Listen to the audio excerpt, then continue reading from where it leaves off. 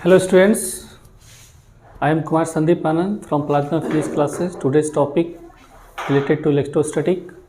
हम लोग इसमें नेक्स्ट क्लास, पिछले क्लास में हम लोग न्यूमेरिकल देख रहे थे, उसके आगे हम लोग जा रहे हैं।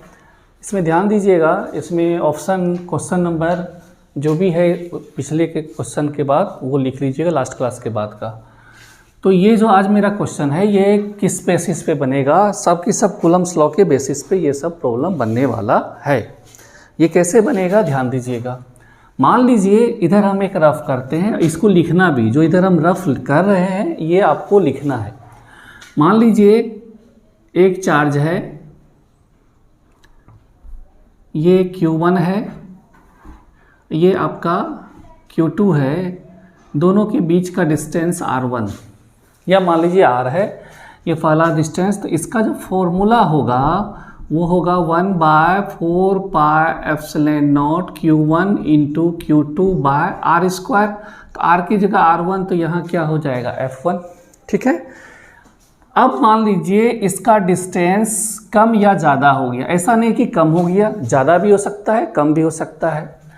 तो ये मान लीजिए Q1, ये आपका Q2, ये आपका डिस्टेंस R2। चार्ज वही रहा, डिस्टेंस जो है वो चेंज हो गया।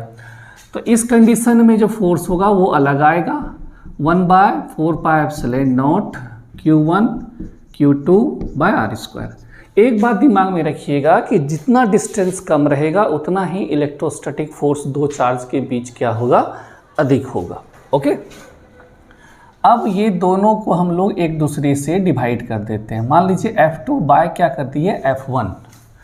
तो आप यहाँ F2/F1 जैसे कीजिएगा तो आपका फॉर्मूला बन के तैयार होगा Q1 Q2/R1² 1/4πε0 Q1 Q2/R2²। इसमें सभी कैंसिल हो जाएगा, बचेगा आपका F2/F1 R2/R1।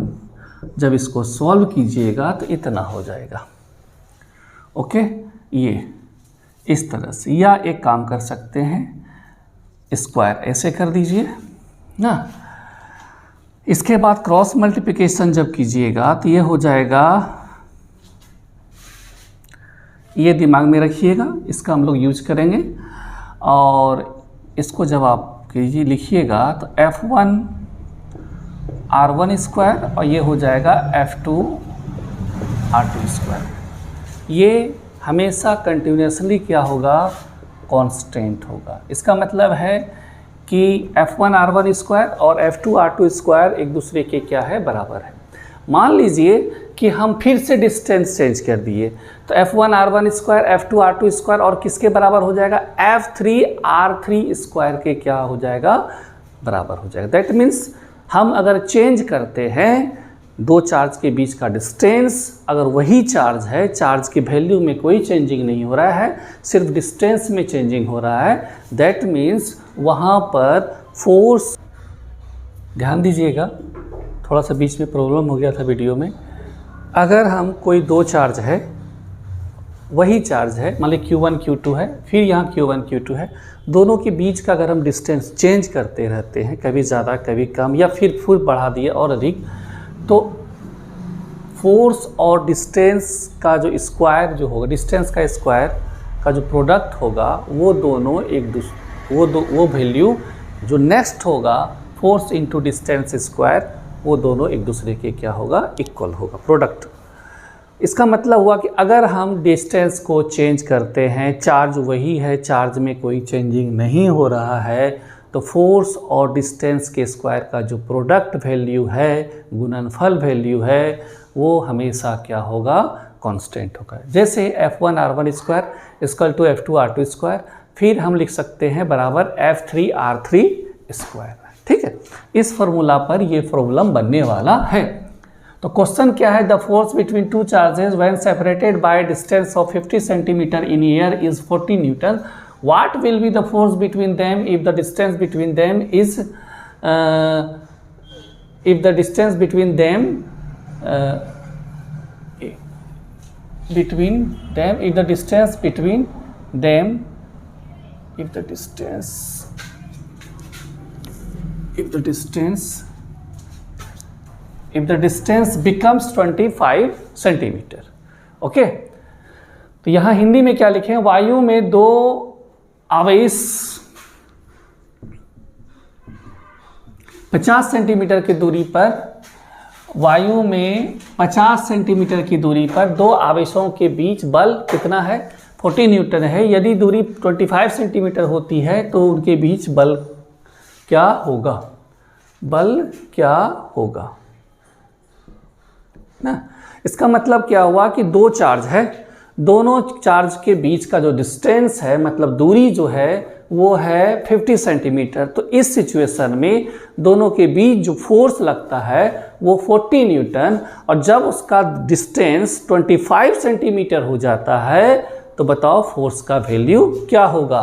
तो एक फर्स्ट सिचुएशन का अगर बात करें, फर्स्ट पोजीशन या सिचुएशन ना, तो F1 पहले कितना था, F1 इक्वल टू 40 न्यूटन ना, और R1 equal to 50 centimetre, R1 50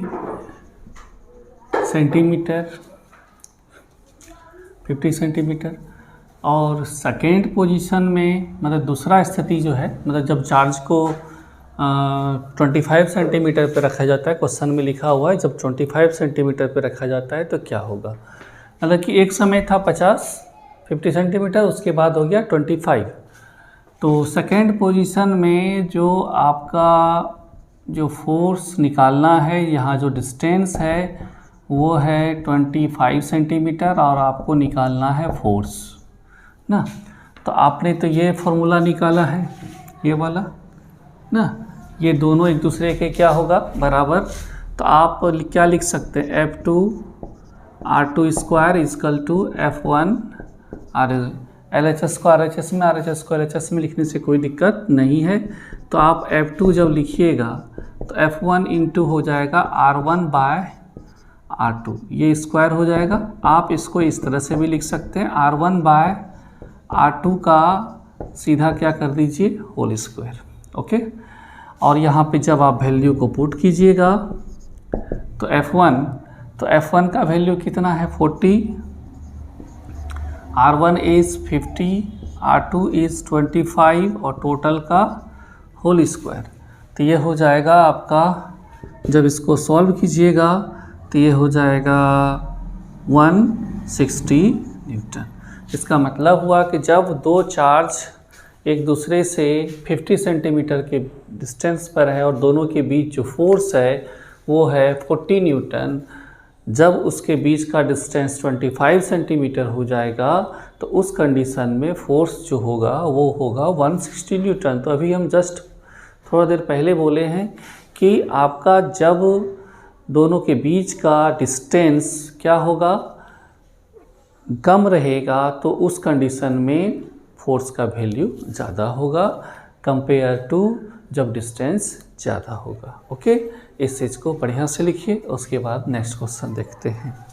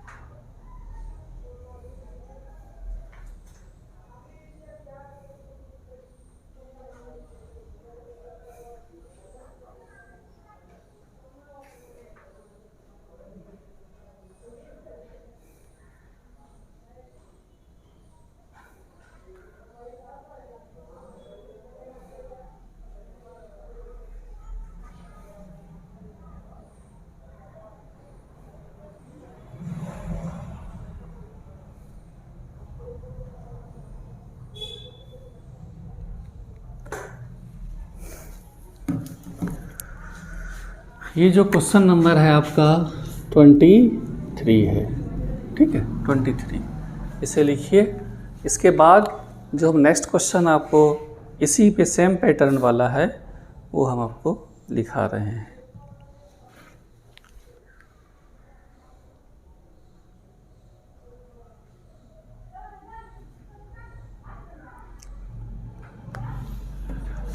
इसी में इसको लिखने के बाद आप इसी सेम टू सेम इसी बेसिस का एक क्वेश्चन है, आप बनाइएगा, इस क्वेश्चन नंबर को कर दीजिएगा। अब जो हम नेक्स्ट क्वेश्चन देने जा रहे हैं वो है आपका 24।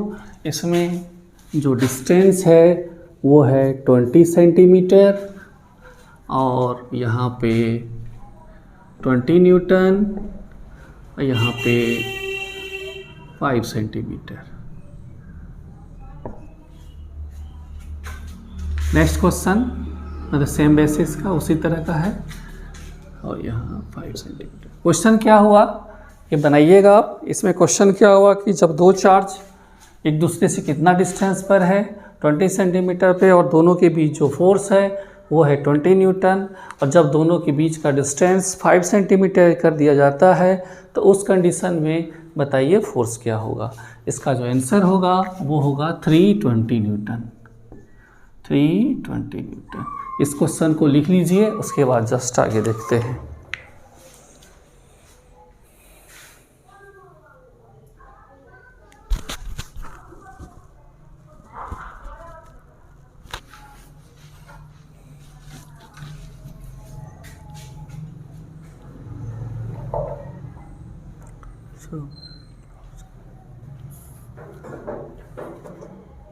अब जो नेक्स्ट क्वेश्चन 25 है इसी फार्मूला पे बनेगा, इसी फार्मूला पे सॉल्व होगा, बट थोड़ा सा हमको मैथ से जो हम लोग 9th-10th में पढ़े हैं उस अनुसार से हमें वर्क करना पड़ेगा इस फार्मूला को सॉल्व करने, प्रॉब्लम को सॉल्व करने के लिए।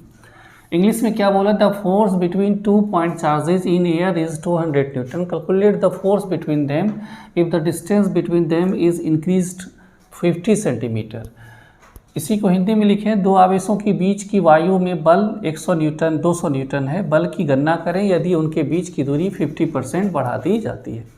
इसका मतलब क्या हुआ, क्वेश्चन में क्या कह रहा है कि दो चार्ज है, दोनों के बीच का जो फोर्स है, दो चार्ज के बीच का जो फोर्स है वो है मेरा 200 न्यूटन, जब उसके बीच का डिस्टेंस 50% बढ़ा दिया जाता है। अगर मतलब 1 सेंटीमीटर है और उसके बीच का डिस्टेंस कितना कर दिएगा 1.5 सेंटीमीटर, 50% बढ़ गया ना, 50% बढ़ गया। तो बताओ उस कंडीशन में फोर्स का वैल्यू क्या होगा। तो ये हमें सॉल्व करना है। तो that means we have to find the value of F2 ना। कब, जब इस दोनों के बीच का जो डिस्टेंस है 50% क्या हो रहा है, इंक्रीज हो रहा है। चलिए, इंक्रीज हो रहा है मतलब बढ़ रहा है। तो यहाँ अगर हम बात करें फर्स्ट पोजीशन या फर्स्ट पोजीशन में आपका जो फोर्स है वो है 200 न्यूटन। लास्ट क्वेश्चन में R1 दिया हुआ था बट इसमें R1 दिया हुआ नहीं है, डिस्टेंस का वैल्यू दिया हुआ नहीं। तो मान लेते हैं डिस्टेंस कितना है, R1 ही होगा, मान लेते हैं R1 है, ठीक है। कितना डिस्टेंस है, R1।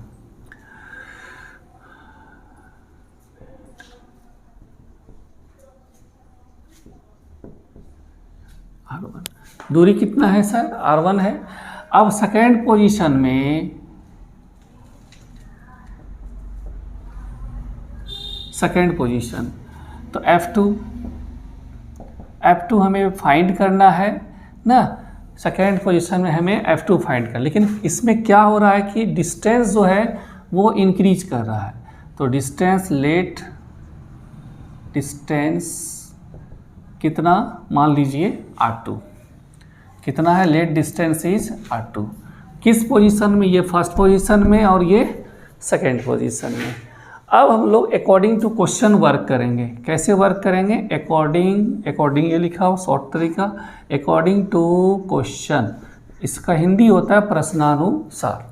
तो यहाँ डिस्टेंस जो है बाद में 50% इंक्रीज कर रहा है, बढ़ रहा है।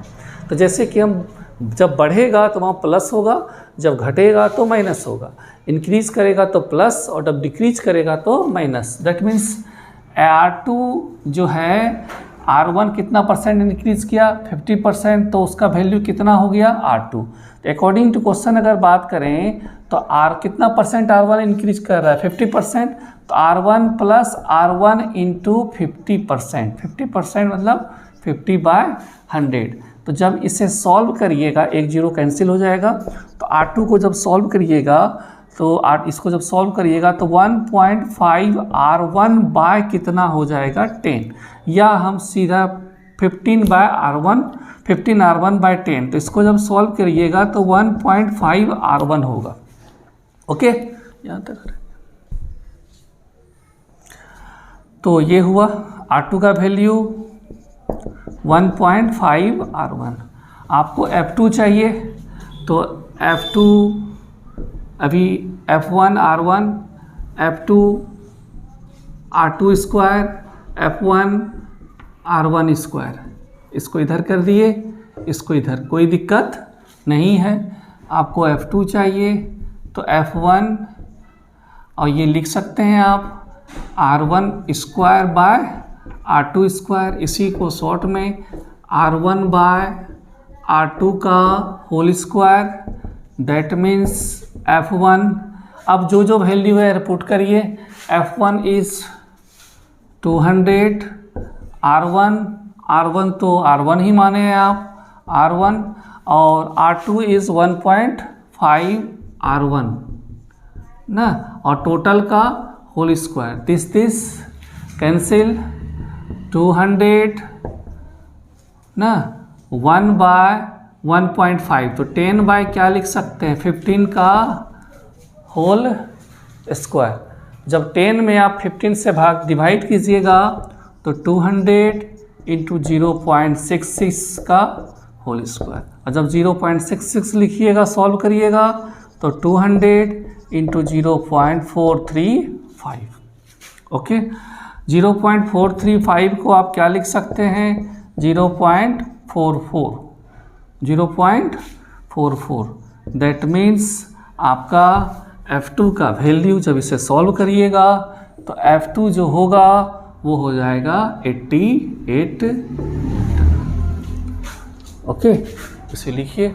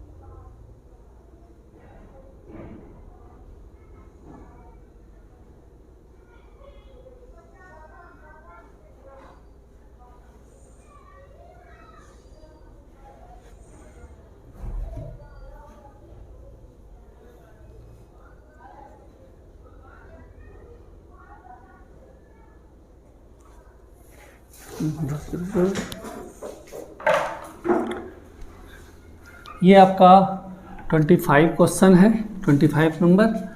इसी तरह से आपका 26 आपको यहाँ दे देते हैं, सेम टू सेम इसी तरह का क्वेश्चन है, बस यहाँ अंतर क्या है, यहाँ 100 न्यूटन, कितना न्यूटन 100, यहाँ पर 100 न्यूटन है।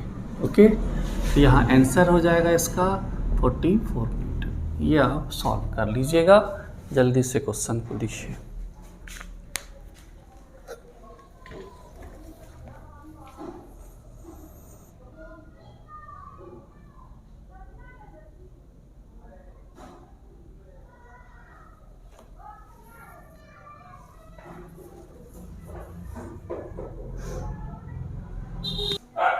तो अब हम लोग क्वेश्चन देखने वाले हैं। इसमें बहुत इंटरेस्टिंग क्वेश्चन है, 2 चार्ज है। पहले हम लोग पढ़ लेते हैं इसको, उसके बाद समझाते हैं और कैसे बनेगा वो देखेंगे। 2 charges 4e and e are placed at a separation of a, where should a third charge be placed such that it experiences no net force ना। तो 2 आवेश 4e को कितना दूरी पर रखा गया है, a की दूरी पर रखा गया है। तो तीसरा आवेश कहाँ रखा जाना चाहिए कि उस पर कोई बल ना लगे या उसे कोई बल का अनुभव ना हो, ये भी लिख सकते हैं। चलिए, कोई दिक्कत नहीं है। एक बात दिमाग में रखिएगा, मान लीजिए 2 चार्ज है, ये मान लीजिए +q और ये वाला +q दो चार्ज है, दोनों प्लस है, तो दोनों जो है, दोनों के बीच जो रिपल्सन न्यूट्रल पॉइंट, उदासीन बिंदु जो होगा एकदम बीच में मिलेगा। मान लीजिए ये अगर 2 सेंटीमीटर डिस्टेंस पे है तो न्यूट्रल पॉइंट यहाँ से 1 सेंटीमीटर और यहाँ से भी कितना पे 1 सेंटीमीटर, जिसे हिंदी में क्या बोलते हैं, उदासीन बिंदु। यहाँ पे कोई भी दूसरा चार्ज को ला करके रख दीजिएगा तो उस पर कोई फोर्स नहीं लगेगा, क्योंकि यहाँ पे रिजल्टेंट इलेक्ट्रिक फील्ड या रिजल्टेंट फोर्स का वैल्यू क्या होता है, 0 होता है, जिसे हिंदी में बोलते हैं परिणामी विद्युत क्षेत्र तीव्रता और परिणामी विद्युत बल का मान क्या होता है, 0 होता है। इसलिए 0 होता है क्योंकि दोनों पॉजिटिव है और दोनों एक दूसरे से बराबर, दोनों का मैग्नीट्यूड बराबर है। अगर मैग्नीट्यूड किसी का ज़्यादा और कम होगा, परिमाण किसी का ज़्यादा, मान लीजिए ये 4Q है और ये क्या है 2Q, तो ये ज़्यादा है और ये छोटा है, तो न्यूट्रल पॉइंट ये कहाँ होगा, कम वाले के नियर होगा, मतलब यहाँ पे। इसका मतलब है कि ज़्यादा वाले से ज़्यादा दूरी पर और कम वाले से कम दूरी पर होगा, और जब दोनों का वैल्यू बराबर होगा तो दोनों से बराबर डिस्टेंस पे न्यूट्रल पॉइंट होगा, उदासीन बिंदु होगा। तो यहाँ पर दो चार्ज है, अगर हम फिगर के अनुसार काम करें तो ये मान लीजिए Q1 और ये मेरा Q2। एक जो Q1 है वो है मेरा 4E और दूसरा कितना है E, प्लस दे सकते हैं, कोई दिक्कत नहीं है। दोनों के जो बीच का जो डिस्टेंस है वो कितना दिया हुआ है, A। कितना दिया हुआ है, दोनों के बीच का डिस्टेंस कितना है, A है। ये क्लियर, अभी आप लोग समझ गए हैं कि दोनों के बीच दोनों चार्ज का वैल्यू अलग अलग है, ये ज़्यादा है और ये कम है, ये ग्रेटर देन किसके है, E के। तो न्यूट्रल पॉइंट किसके नियर होगा, किसके निकट होगा, E के निकट ना। तो मान लीजिए यहाँ पे आपका न्यूट्रल पॉइंट, ये मान लीजिए A पॉइंट, ये B पॉइंट, ये न्यूट्रल पॉइंट है आपका। ओके, यहाँ पे कोई थर्ड चार्ज है, मान लीजिए थर्ड चार्ज कितना है, Q है। तो अब यहाँ से यहाँ तक का डिस्टेंस मान लीजिए क्या है आप, x। तो बाकी जो बचा, तो आपने यहाँ से यहाँ तक क्वेश्चन में क्या दिया हुआ है, टोटल डिस्टेंस कितना है, a। यहाँ से यहाँ आपने माना x, तो यहाँ से यहाँ तक कितना हो जाएगा, बोलिएगा, a माइनस x। अगर यहाँ न्यूट्रल पॉइंट है तो दोनों जो है यहाँ पर जो है इस चार्ज पे फोर्स का वैल्यू क्या है, बराबर। जितना ये इस पे फोर्स लगा रहा है उतने ये इस पे लगा रहा है। ओके, तो ये आप दिमाग में रखिएगा। चलिए, जैसे कि हम बात करते हैं, मान लीजिए ये इस पे फोर्स कितना लगाया, तो मान लीजिए 1 किस पर लगाया, 3 पर। तो यहाँ पर हम लिख सकते हैं F31 या F13, ये मानने पर निर्भर है, ये सब चीज़ आपको बता दिए हैं। तो ये अब ये इस पर लगाया, तो मान लीजिए 2 कितना पे लगा रहा है, 3 पर, तो F23 ना, या F31, F32, क्या लिखेंगे, 2 किस पर लगाया, 3 पर, या आप 1 3 कर दीजिए। तो समझने के लिए मेरे समझ से सबसे बेहतर क्या रहेगा, 1 3, मतलब 1 और 3 के बीच फोर्स। यहाँ क्या कर दीजिए, 2 3, क्या कर दीजिए, 2 3। और ये अगर दोनों वैल्यू बराबर है और दोनों का डायरेक्शन अपोजिट है, दैट मीन्स वैल्यू कितना होगा सर, 0 होगा। ओके, तो अब हम बात करते हैं 1 और 3 के बीच। तो F का फॉर्मूला क्या आपने पढ़ा है, 1/4πε0 Q1 Q2 R²। तो 1 और 3 के बीच, तो 1 1 3, मतलब 1 और कौन चार्ज लेना है, 3, और यहाँ से यहाँ तक का 1 और 3 के बीच डिस्टेंस कितना है, यहाँ पे x। तो क्या कर देंगे, x²। अब हम कर देते हैं F23। आप 3 1 भी लिखिएगा तो कोई दिक्कत नहीं, थोड़ा सुनने में अच्छा लगता है इसलिए 1 3 लिख रहे हैं, या 3 1 लिखिए, कोई दिक्कत नहीं है।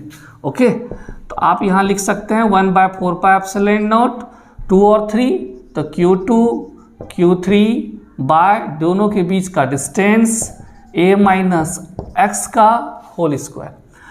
अब न्यूट्रल पॉइंट अगर है तो दोनों का फोर्स क्या होगा, बराबर होगा। इसका मतलब है कि F13 किसके बराबर होगा, F23 के। अगर बराबर नहीं होगा तो वहाँ न्यूट्रल पॉइंट हमें मिलेगा ही नहीं, उदासीन बिंदु हमें मिलेगा ही नहीं।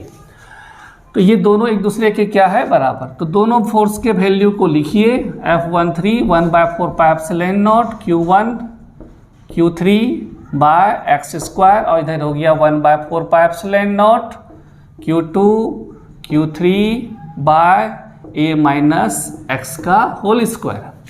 तो आपका इसमें 1/4πε0 Q3 कैंसिल होगा, Q3 क्या हो जाएगा, कैंसिल, ये भी कैंसिल हो जाएगा ना।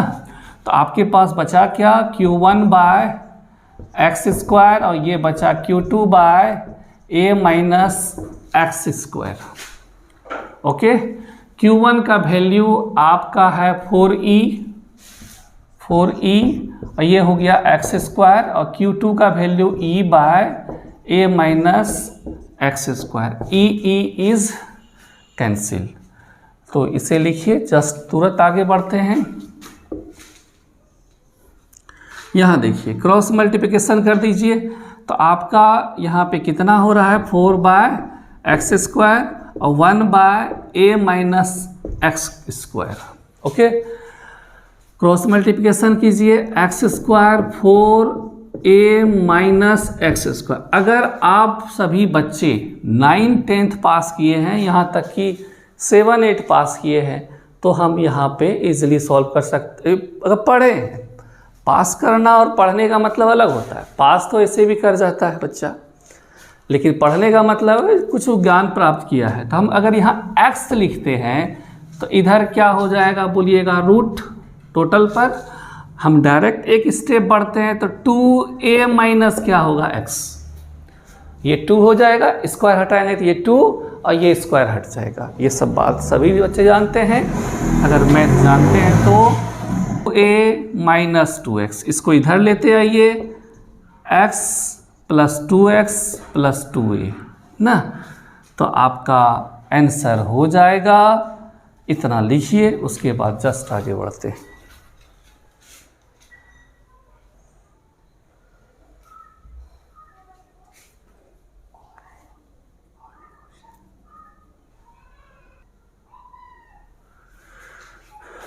यहाँ तक लिखिए। तो जब हम उसको सॉल्व करते हैं, उसके आगे यहाँ तक आ रहे हैं, यहाँ तक चलिए ध्यान दीजिएगा। इसके बाद लिख रहे हैं इधर, तो आप जब इसको सॉल्व कीजिएगा तो 3x प्लस 2a, तो x इक्वल टू हो जाएगा 2a बाय 3, 2a बाय 3।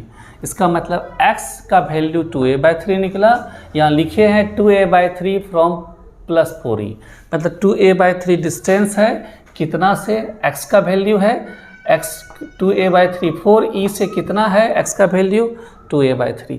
अगर हम e से डिस्टेंस लेंगे, कितना से लेंगे, e से, तो ये आंसर आ गया। 2 आंसर लिखे हैं। अगर हम e से लेंगे तो हम क्या कर देंगे, e से अगर डिस्टेंस लेते हैं तो आपका हो जाएगा a माइनस एक्स को, जब यहाँ से यहाँ तक का डिस्टेंस कितना माने हैं आप, a माइनस एक्स, तो a माइनस एक्स को जब सॉल्व, a का वैल्यू ना और x का वैल्यू जब रखिएगा माइनस 2a बाय 3, तो आपको सॉल्व हो करके आ जाएगा कितना, बोलिएगा, आ जाएगा 2a।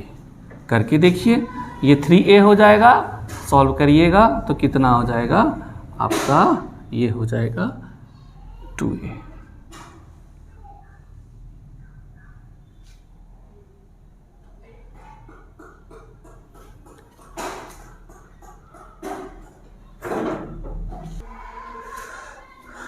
तो इसे जब सॉल्व करिएगा तो आपका हो जाएगा 3a minus 2a by 3, that means a by 3। तो यहाँ पर हम लिख सकते हैं a बाय 3।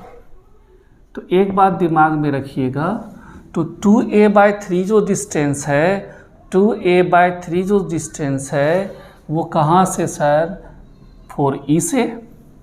और ये जो a माइनस एक्स है, 2 आंसर हम निकाले हैं। तो a माइनस एक्स जो है, a माइनस एक्स कहाँ से है, Q2 से, मतलब e से, वो कितना हो जाएगा a बाय 3।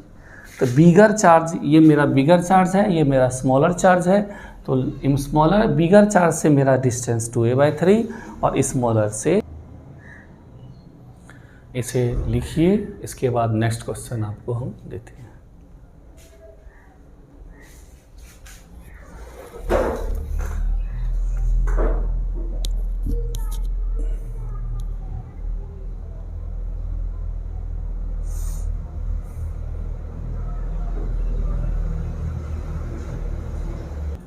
नेक्स्ट क्वेश्चन इसी बेसिस का हम बता देते हैं, ये बनाइएगा।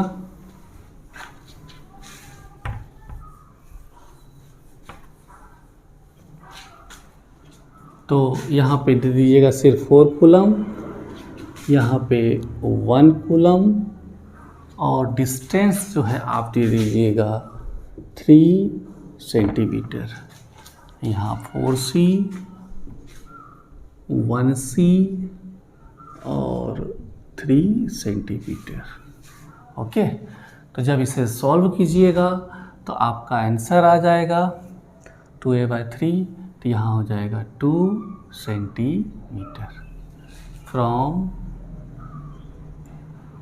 4c। 2 सेंटीमीटर कहाँ से होगा? 4c से।